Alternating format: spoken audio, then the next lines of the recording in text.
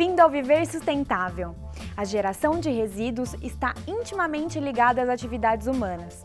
Porém, podemos nos esforçar para que esses resíduos sejam reduzidos, reciclados ou reutilizados de forma que os impactos sobre o meio ambiente sejam mínimos. Como fazer uma gestão sustentável de resíduos é o tema do programa de hoje. Saiba como funciona a compostagem em larga escala. Conheça uma empresa que faz reciclagem de entulhos de construção. Saiba como utilizar produtos de limpeza que não agridam o meio ambiente.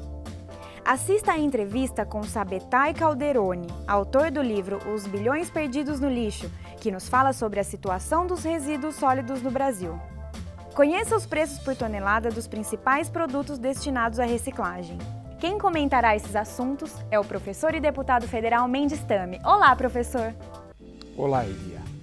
Basicamente, podemos separar os resíduos sólidos em dois grupos, secos e úmidos.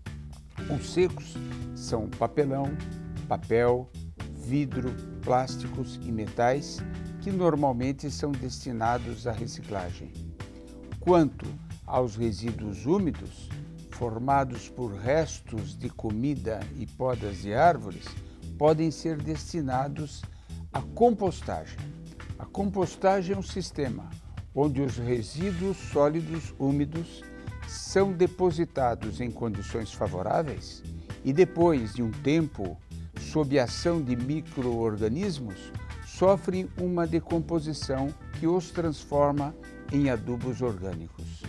A seguir, vamos a Campinas, no interior de São Paulo, onde, no aterro sanitário da Prefeitura, veremos que há uma área especialmente destinada à compostagem de resíduos orgânicos. E lá estaremos vendo como se transformar lixo em adubo. Os resíduos orgânicos representam cerca de 30% do lixo recolhido diariamente. Quase todo esse volume vai para aterros sanitários e lixões. Descartar o lixo orgânico é desperdício, já que ele é rico em nutrientes para o solo e pode se transformar em adubo.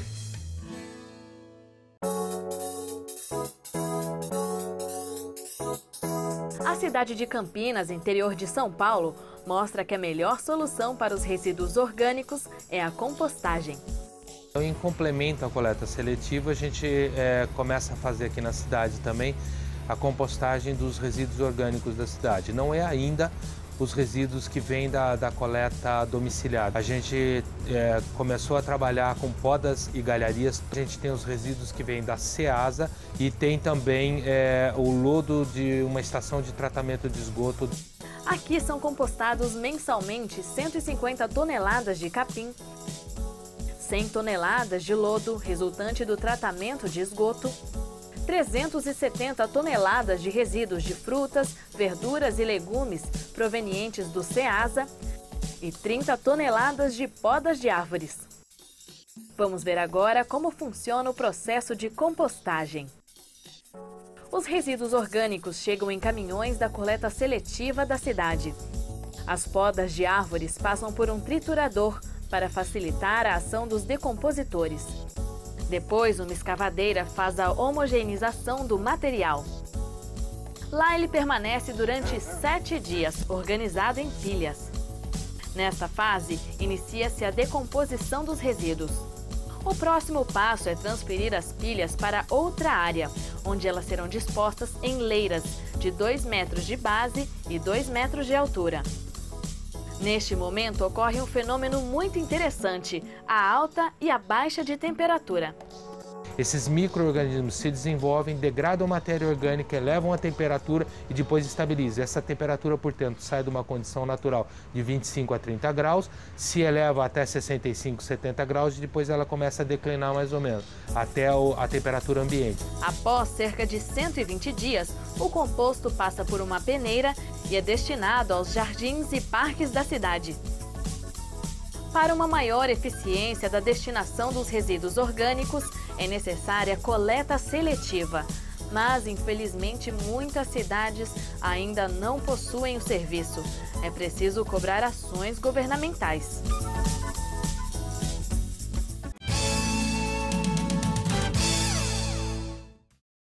Meu nome é Eric, eu faço publicidade. Professor, tira uma dúvida minha.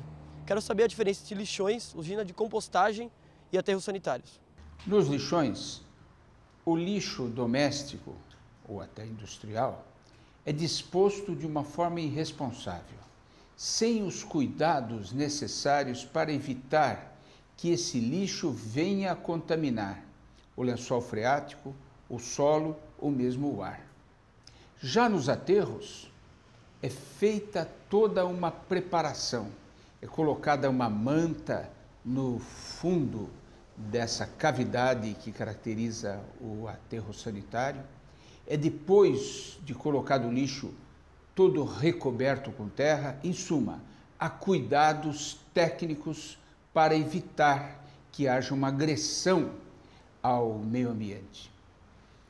E, por sua vez, as usinas de compostagem constituem um estágio mais avançado ainda em relação aos aterros sanitários.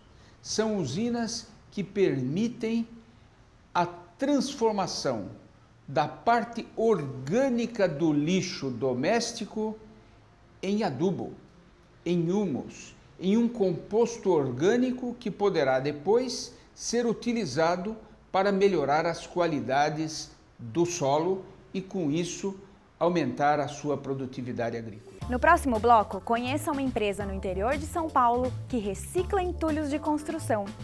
Olho vivo, consumidor! Para produzir 1 tonelada de papel são necessários 100 mil litros de água e 5 mil quilowatts de energia. Mas para produzir a mesma quantidade de papel reciclado, são usados apenas 2 mil litros de água e 50% desta energia.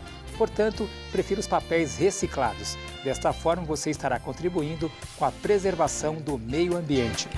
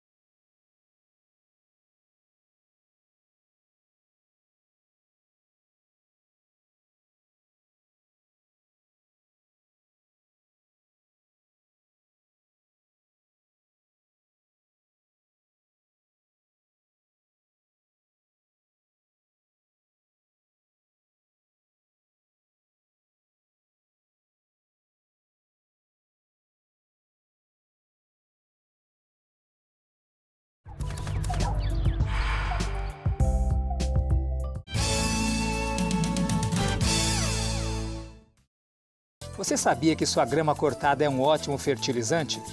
Quando for podar a grama do jardim no período de estiagem, não remova o resíduo cortado. Ele protege e fertiliza o solo, além de conservar a umidade.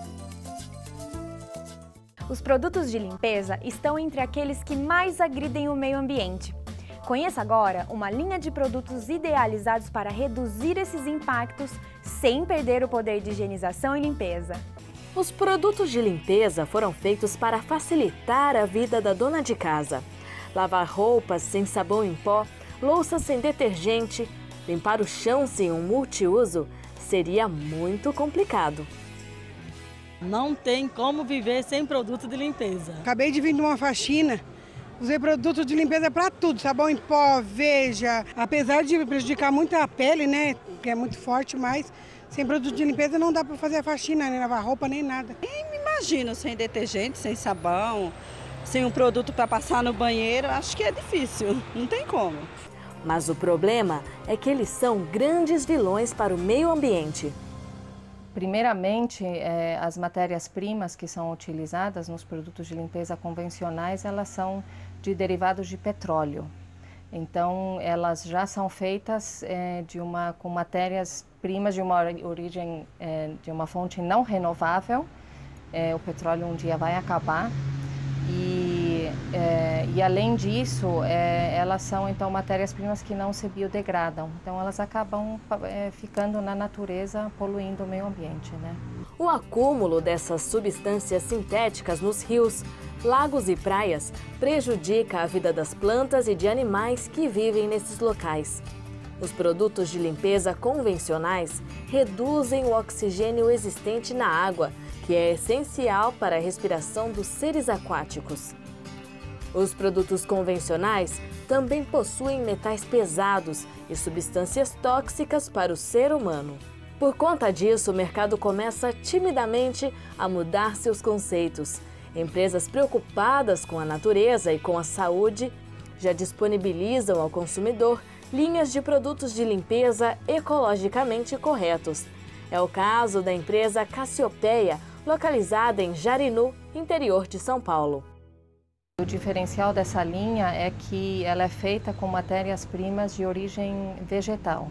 Ela não contém nenhum derivado de petróleo e é uma linha também que é 100% biodegradável, portanto não polui o meio ambiente e também não agride a saúde de seus usuários.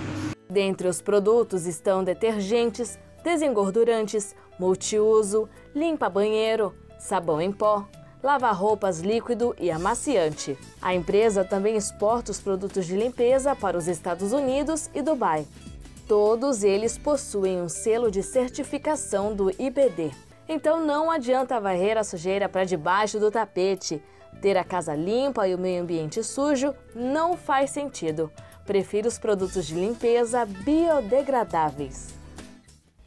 Um dos grandes problemas para a conservação do meio ambiente e até para os serviços de limpeza das prefeituras tem sido o descarte inadequado de resíduos de construção. A seguir, vamos ver como transformar um problema em solução, vendo o trabalho de uma empresa em Votorantim, no interior do estado de São Paulo, que recicla material de construção.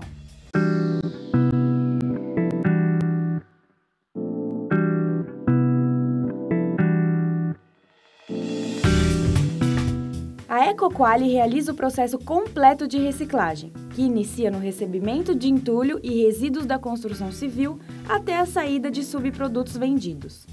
Através de caçambas coletoras, esses restos de materiais de construção são coletados por veículos próprios da empresa e levados para o beneficiamento dos mesmos, gerando assim britagens variadas para reutilização novamente nas obras e construções. A Ecoquali foi criada para atuar de forma inovadora, com técnicas e metodologias atuais respaldadas por normas e legislações ambientais como a Resolução CONAMA 307 de 2002, que estabelece diretrizes, critérios e procedimentos para a gestão dos resíduos. Assim sendo, atua diretamente no mercado dos serviços ambientais e de construção civil. São inúmeras as vantagens como redução dos desperdícios com economia financeira, atendimento a legislações e reduções de infrações, redução dos resíduos gerados, menor consumo de materiais, produtos reciclados gerando riqueza, renda e emprego, redução dos custos dos empreendimentos, benefícios gerais e governamentais, criação de um novo mercado com produtos reciclados, preservando assim o meio ambiente e encontrando soluções para os resíduos decorrentes do crescimento das cidades e aumento das reformas pelo crescimento econômico. Ecoquali, a reciclagem dos resíduos da construção civil é o futuro do desenvolvimento sustentável e econômico.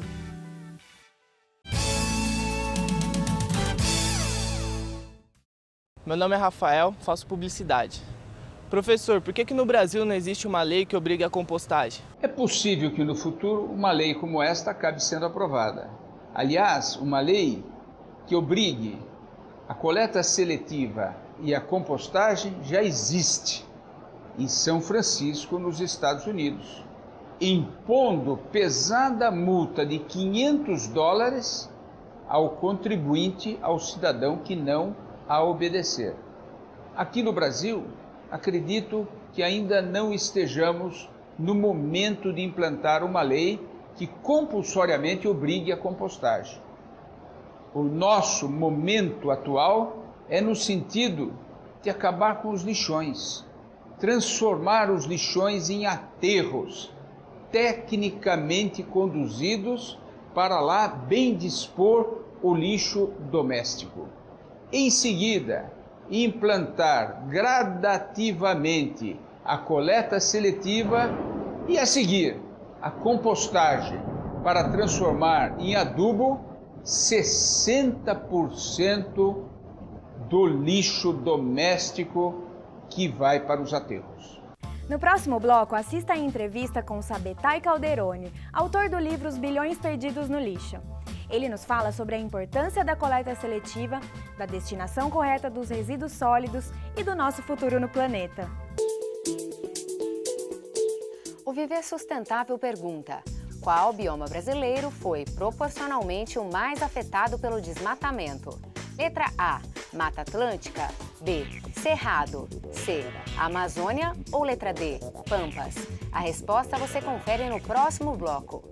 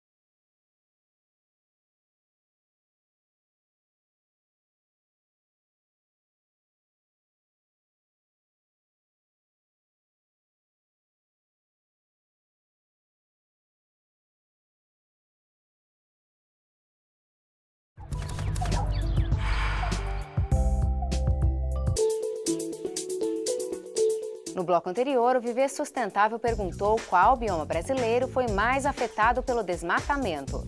A resposta correta é letra A, a Mata Atlântica, com 70,95% de floresta derrubada. Em segundo lugar, vem os Pampas, com 60% de área desmatada.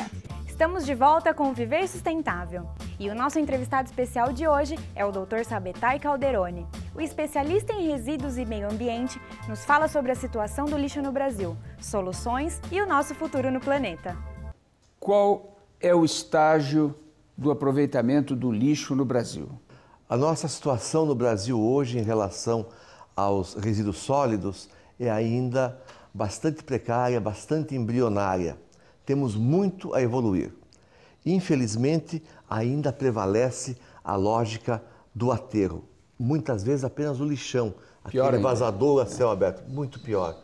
Nós podemos perfeitamente aproveitar aquilo que, equivocadamente, por um erro do nosso olhar, chamamos de lixo, de materiais descartáveis, nós podemos aproveitar como matérias-primas preciosas para um processo de industrialização daquilo que chamamos de resíduos, mas que são essas matérias-primas que podem nos trazer grandes benefícios econômicos, energia elétrica, fertilizantes, tijolos.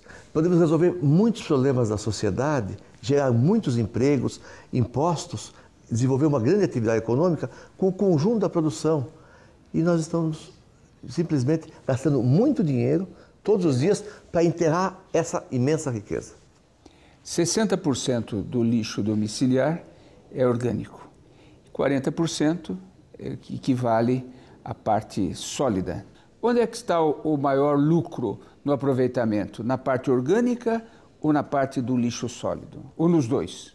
Na verdade, nos dois. nós temos diferentes tecnologias à nossa disposição que fazem com que o lucro oscile um pouquinho para cá ou para lá. Mas a grande conclusão é que é grande em ambos os lados. No caso do aproveitamento dos resíduos orgânicos, nós podemos usar o processo da compostagem, simplesmente, que é um processo muito barato, acessível a todos os municípios, ou podemos utilizar o processo da biodigestão anaeróbia. Em ambos os casos, nós vamos ter o fertilizante, só que no caso da biodigestão anaeróbia, vamos ter também o metano, o gás de síntese, que permite a produção de energia elétrica, mas o investimento é muito mais alto. A compostagem rapidamente nos resolve um grande problema, que é o escorrimento da água. Metade de tudo aquilo que está dentro do resíduo orgânico, que é 60% do domiciliar, é água. E isso pode escorrer para uma canaleta e ser tratado e reaproveitado. Não há necessidade de transportar essa água para um aterro para que depois, junto à putrefação do material orgânico, isso se transforme num risco para a nossa saúde. Já no caso da fração seca, nós podemos, com uma parte dela, através da gasificação, produzir também energia elétrica. Podemos fazer com que o material seja separado. E a gente tem duas formas de trabalhar com a energia elétrica. Uma é pela produção de energia, pela geração. A outra é pela conservação.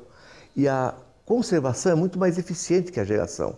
A latinha de alumínio economiza bilhões de energia elétrica porque é reaproveitada e evita que a gente use a matéria-prima bauxita e assim por diante. Nos últimos anos, o governo federal, de uma forma muito manhosa, foi dando isenções nos impostos, como imposto de renda, IPI, aqueles impostos que ele divide com os estados e municípios, foi dando isenções e cobrando contribuições que não compartilha com os municípios. Aumenta a receita do governo federal e não divide com os estados e municípios. Com isso, difícil encontrar um município que tenha recursos para fazer esse investimento. Há possibilidade de parcerias com o setor privado para que esse investimento inicial possa ser feito pela empresa que coleta o lixo ou pela empresa que vai administrar o aterro ou até por uma terceira? Sua pergunta é muito importante. Permite que a gente destaque o papel das parcerias público-privadas. As prefeituras podem, perfeitamente, com grande proveito, celebrar parcerias com empresas capazes de aportar os investimentos necessários aos municípios, sem uso do recurso público. No caso do lixo, especialmente, isso seria muito proveitoso, porque podemos implantar aí um modelo mais amplo, completo, com mais investimento e que permitisse esse aproveitamento integral dos resíduos e economia para o município com os aterros sanitários. Evitaríamos, por exemplo, 80% do aterro, ou 90%, um aterro que ia durar 10 anos, passa a durar 100 anos, um século, porque nós vai receber só 10% dos resíduos. A área necessária para se implantar um aterro é muito grande. A gente está pensando em uma área de 20 anos normalmente, são 7.000 e tantos dias. A central de reciclagem, o que entra de manhã sai à noite, é um dia. Um dia contra 7.000. Nós estamos aqui com uma coisa 7.000 vezes menor. Precisa receber um lixo de um dia. Se tiver compostagem, que vai ficar 60 dias, 90 dias, então diminui um pouco para 1.000 vezes a parte da compostagem. Então é muito menor a área, pode ser muito mais próxima e nunca se esgota. Nós sempre analisamos pelo produto final. Por exemplo, esse adubo produzido na compostagem, ele tem mercado? Já existem, digamos, estudos feitos pelo Instituto Agronômico ou por outra instituição de utilização desse adubo para determinadas culturas? Adubo é utilizado e é indispensável hoje em dia. A produção não se faz hoje mais sem adubo, então o mercado é imenso. E as culturas mais adequadas por segurança são as culturas florestais e culturas permanentes. Café, por exemplo, laranja. Então, as culturas permanentes são muito interessantes. Então, mercado certamente existirá. As prefeituras têm que comprar adubo para suas praças públicas, para seus jardins, para as alamedas. A prefeitura evitaria também os custos envolvidos nos parques públicos. E teria essa possibilidade também de o Interlândia agrícola se beneficiar. Dr. Calderoni, aqui no estado de São Paulo, para se ter uma ideia, nós tínhamos lixões até em área de recarga dos aquíferos. Mas o que propõe é um estágio superior, transformar aterros em centrais de compostagem, em produção de energia elétrica, para diminuir os aterros ou até eliminá-los. O que nós temos que fazer para realmente estimular essa nova etapa? Poderia, quem sabe ele, dar um grande passo agora e fazer com que fosse dada nota, por exemplo, mais aos municípios, não somente pela qualidade do seu aterro, mas também pelo seu sistema de gestão de resíduos como um todo. Existem alguns programas, por exemplo, de Fortaleza, do qual nós participamos há pouco, já no Rio de Janeiro, é uma semente que germinou, que faz com que haja um envolvimento social imediato e rápido, de um momento para o outro, de toda a sociedade.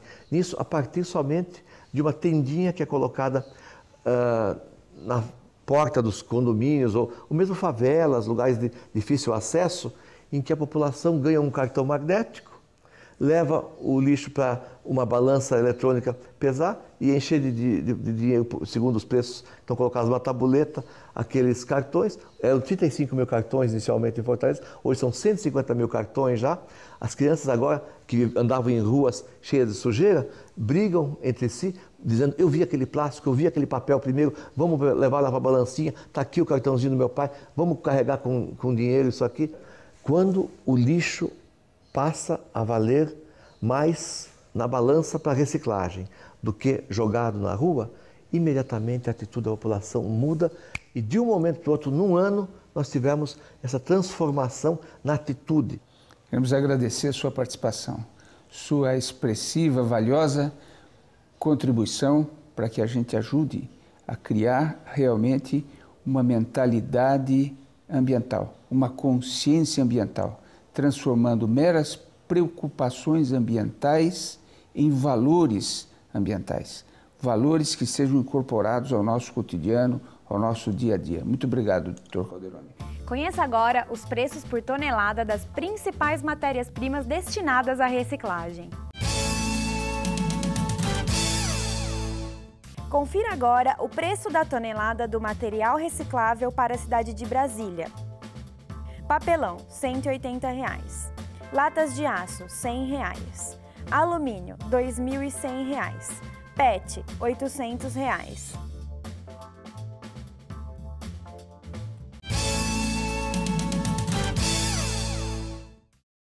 Você também pode participar do nosso programa, mandando sugestões de temas e perguntas para contato@viversustentável.net. Para assistir aos nossos arquivos de matérias, acesse viversustentável.net. O Viver Sustentável fica por aqui.